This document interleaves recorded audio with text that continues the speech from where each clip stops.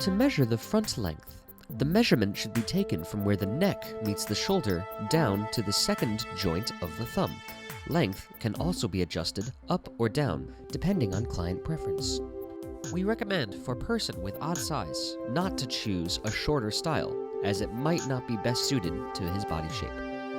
To measure the back length, start from the lowest point of the collar and go vertically down the center of the back to a position that is approximately 2/3 of the hip and groin.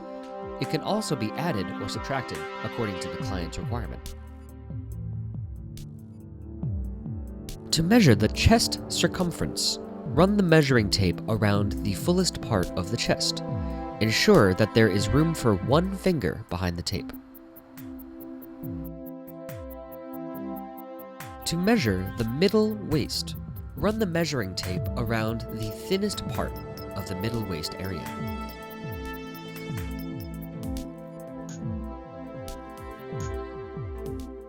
To measure the hip circumference, run the measuring tape around the widest part of the hips. Be sure that the pockets are empty and ensure that there is room for one finger behind the tape. And when measuring for a two-piece suit, the hip circumference of the pants is the same as the hip circumference for the blazer. To measure the sleeve length, start with arms relaxed. Measure from the shoulder joint down along the curvature of the arm until 1 centimeter past the joint of the wrist. This can also be decided by the client's desired sleeve length. To measure the cuff circumference, start at the joint and run the measuring tape around the wrist 1 time.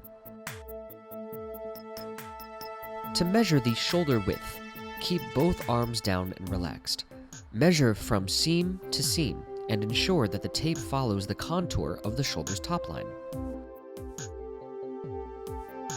To measure the circumference of the bicep, run the measuring tape around the widest part of the bicep. Ensure that there is room for one finger behind the tape. To measure the front chest width, measure the straight distance between the 2 armpits at the front of the chest. To measure the back chest width, measure the straight distance between the 2 armpits at the back of the chest. To measure the stomach circumference, run the measuring tape around the widest part of the abdomen. Ensure that there is room for one finger behind the tape. To measure the outer seam, start from the upper part of the waistline and measure vertically down along the side seam to the bottom of the foot. Do not measure to the bottom of the shoe if the client is wearing it. The measurement is also determined by the client's dressing preference.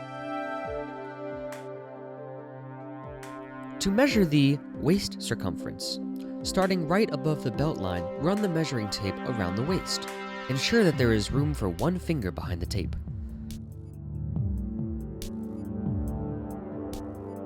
To measure the total crotch, the measurement is taken from the front of the waist, wrapped between the legs, and up to the top of the back of the waist.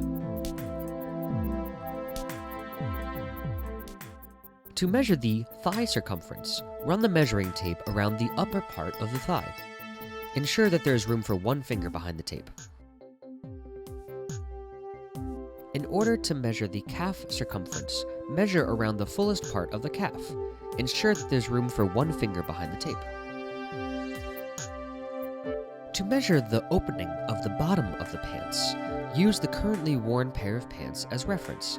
Measure around the bottom opening of these pants. The size of this opening depends entirely on the client's preference.